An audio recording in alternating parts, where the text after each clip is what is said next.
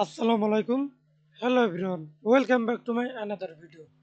In this video, how to add custom trend line graph in Excel. Select data, then go to insert tab.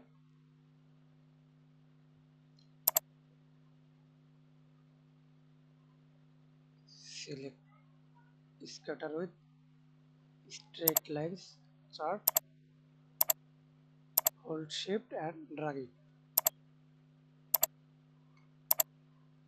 Which has done. Click plus icon.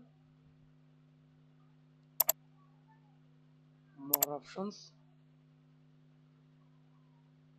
Customs. Set.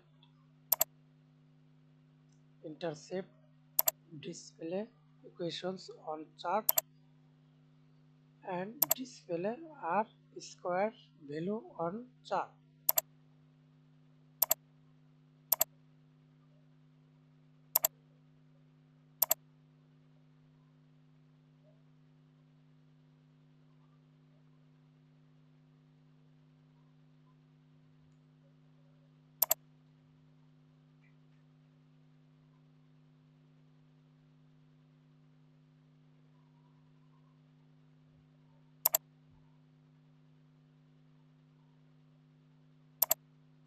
Chart style.